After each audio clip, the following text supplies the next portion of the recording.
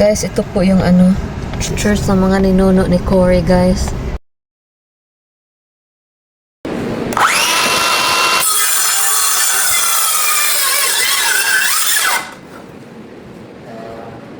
Battery is down.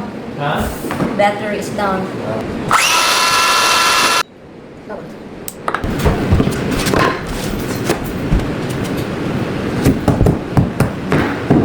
Alright, yung ating regular nailer, hardwood nailer ay hindi nakakasya dito kasi wala ng space.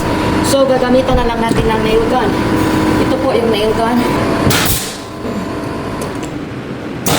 So, ganito po yung paggamit ng nail gun. You just make sure that it's not facing you, otherwise, ganun ka ang lapat. Tingnan nyo. Ganito kalapat yung nails niya. Galing dito hanggang dito. So, ito po yung gagamitin natin sa pag-install ng remaining 2 lines of our flooring. Alright, nag-harvest ako ng mga flowers para sa funeral bukas ng aming auntie. Kasi yung auntie ni Cory ay namatay. So, pupunta kami bukas. Tapos, yan, kumukuha na ako ng mga flowers dito. Hopefully, they will last. Probably here. But may bud siya. Hindi pa nakabuka yung bud. How about here? Ito siguro. You're not withering, right? Okay. Hirap ng walang cutter. Yan. Tapos, can you please put this in there? Okay. Alright, so ito na po yung na-harvest ko kanina. Medyo madami-dami na sila. So, yung mga magagandang roses yung kinuha ko.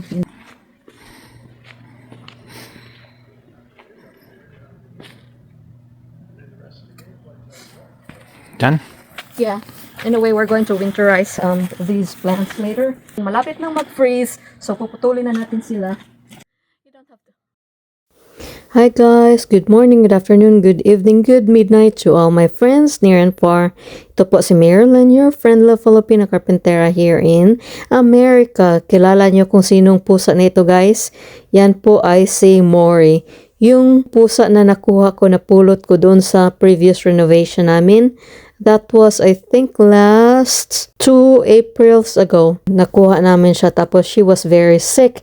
Hindi na nga siya makakita kasi matted na yung mukha niya at saka yung mata niya, tapos infected na. So, doon na lang siya sa ilalim ng bushes nakatira. Kaya na-rescue ko siya. Unfortunately, siya at si Cox, yung kapatid niya, ay napakailang talaga. So, bihira ko lang talaga sila madakip. And maybe mga once a month ko siya madakip, tapos sinusuklayan ko. And this time, may kuto siya. So, yan, pinaliguan ko siya. Tapos, during this time, ay nag-heater kami para mamala yung buhok niya. Oh my goodness, guys. Alam niyo kung anong ginawa niya? Kinambras niya ako, kinalmot niya ako. Tapos, ang laki ng sugat ko sa aking mata. Buti na lang, hindi pumunta sa aking pupil. My goodness. Kala ko talaga mabubuta na ako. You have angry eyes. It's okay. Takot kasi itong pusa na ito ng noise. Kaya kanina po nung pinaliguan ko siya, takot siya sa tinig ng shower. So yun, nakalmot ako. Ang sakit-sakit. Alright, i-prepare na po natin ang ating mga flowers. Kailangan natin na diagonal yung pagkaputol dito. So that it would have ample of space to absorb water. Yan. Ang sakit, ang sakit. Yes. What? I'm gonna put these keys in here. Okay. Putulin natin yung namatay na. Yan, tanggalin yung mga leaves na hindi kailangan. Yan. Ay, ang daming tinik, guys.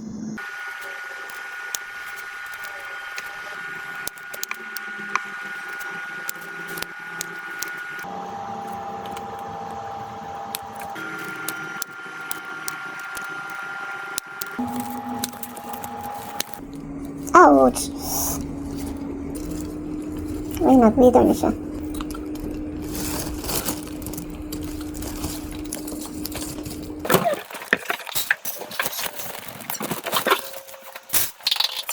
Sugar.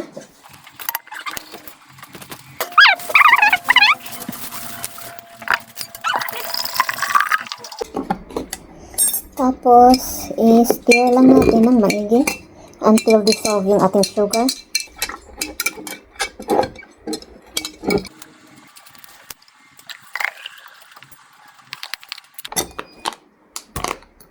Tanggalin lang natin itong mga sad.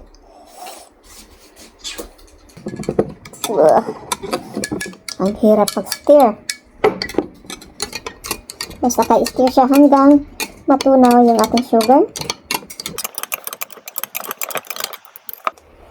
Tapos ito, kailangan ito, hindi yung mga toothpick ha. Ang kailangan ko dito ay yung copper material niya. Ito yung kailangan ko. So, ito lang yung kailangan natin. So, we're just going to situate this. Gagawin natin siyang Lord of the Rings. Gagawin natin siyang circular. Yan. Tapos, ating ibabad dito sa ating solution. Okay.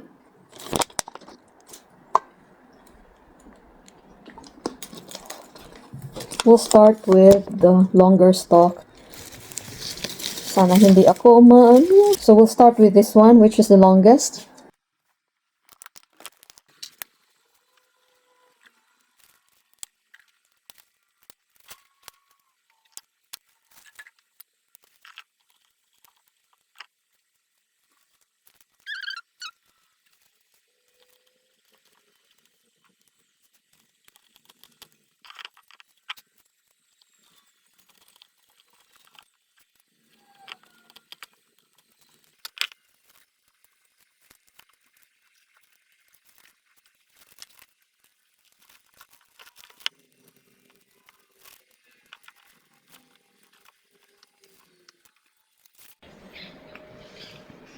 Yan, after almost 2 hours kung ginawa ito finally.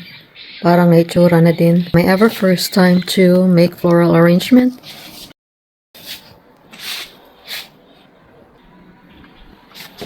Para ito sa aming auntie na namayapa na.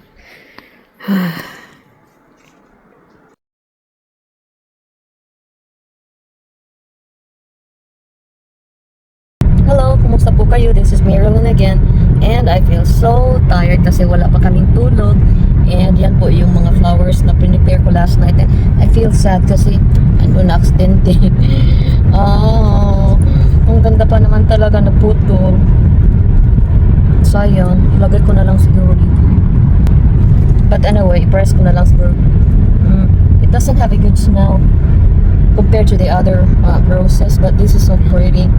And right now, walang tulog, walang makeup, wala talaga. Matutulog muna ako. But together with me is my husband. Tidin!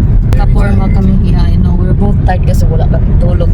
But anyway, nakaporma kami ngayon ng asawa ko kasi punta kami sa funeral ng aming auntie.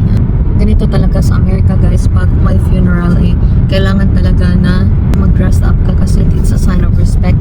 Hindi katulad sa atin na casual lang, di ba? Pwede lang tayo mag-t-shirt, minsan mag-shorts, pero dito talaga guys, naka-Americana, naka-suit yung mga tao because pag hindi ka nag-dress up, parang it's a sign of disrespect. Siyempre, culture nila yun. Sa atin, ibang-iba, di ba? The fact na nag-attend tayo sa burial, it only means one thing, we also respect the person regardless of how we dress up. Pero dito, iba talaga dito. So, yan. Ay, matutulog muna ako. But anyway, see you later. Guys, anong nangyari sa akin? Natulog lang ako tapos pagising ko ito na yung mukha ko. Joke.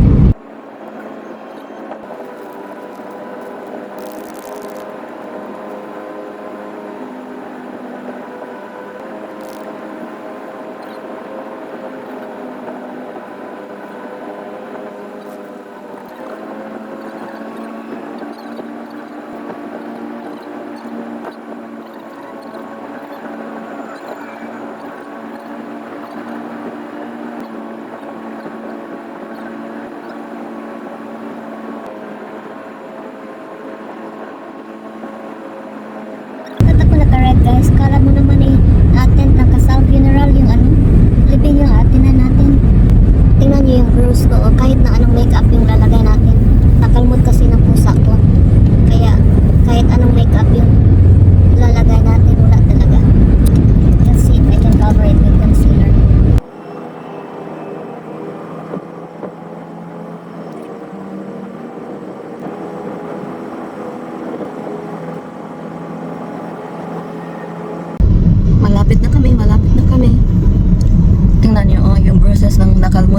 ako. Kahit anong lagay ko ng eyeshadow, may pasa pa rin. But anyway, buti na lang hindi ako nakalmot dun sa akong pupil.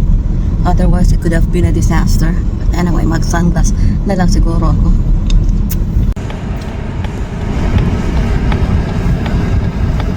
Guys, ito po yung church ng mga ninuno ni Cory, guys. Yung mga ano niyan, grandpa, tsaka parents siguro ng kanyang grandpa ay dyan. Very pretty church.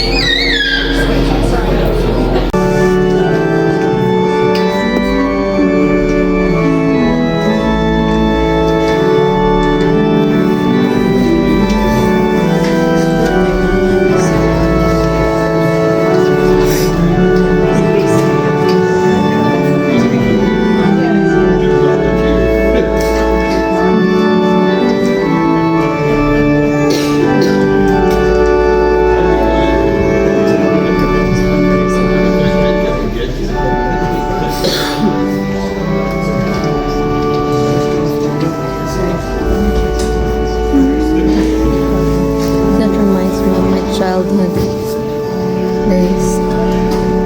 That song. Yeah.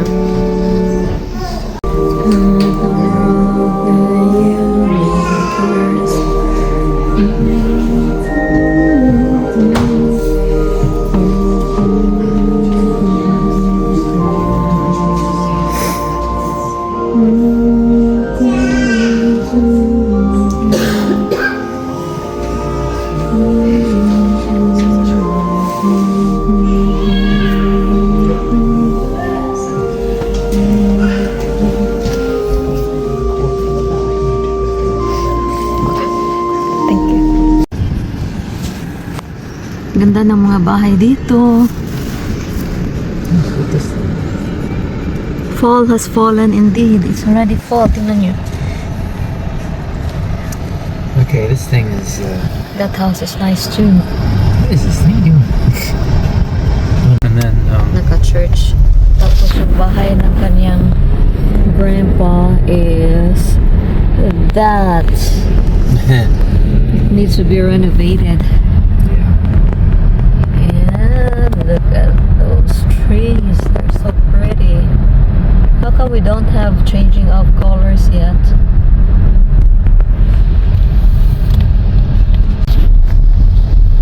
So that's where they shoot the fireworks off. That's where they. So many times we had. What do you call this? I'm gonna have to get gas labs here pretty soon. Yan yung ano nila guys, oh. Road map. Nagmamap ng kanilang roads. So, where is it? Where's the house up here? Dad's mom's house. This one? No, where is it? I think it's the gray. It's the gray, Gray one. one? They cut down the. Yeah. Man, they cut down the tree out front. That tree was what we used to climb in. And then remember Kerman Dode? Remember the name's Yeah. Kerman Dode? That's their house. That was their Oh. house. We went there, visited them many This times. one? Yep. Visited them many times. They had games at a game closet. That, we just loved that. Eric and I just loved the game closet. It's nice to see different colors. Yeah. We still don't have this in Ohio. Well, we're in Ohio, but in our area. All right, now we're gonna go through. Are they colder here on winter Yeah. time? For sure. No wonder they have more colors here. Yeah, it's always. Ganda ng mga bahay dito. Fall has fallen indeed. It's already fall. Tingnan nyo. Okay, this thing is. That house is nice too. What is this thing doing?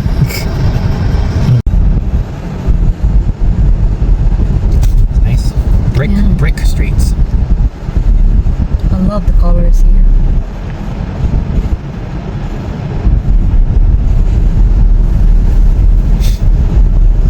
Fall has fallen.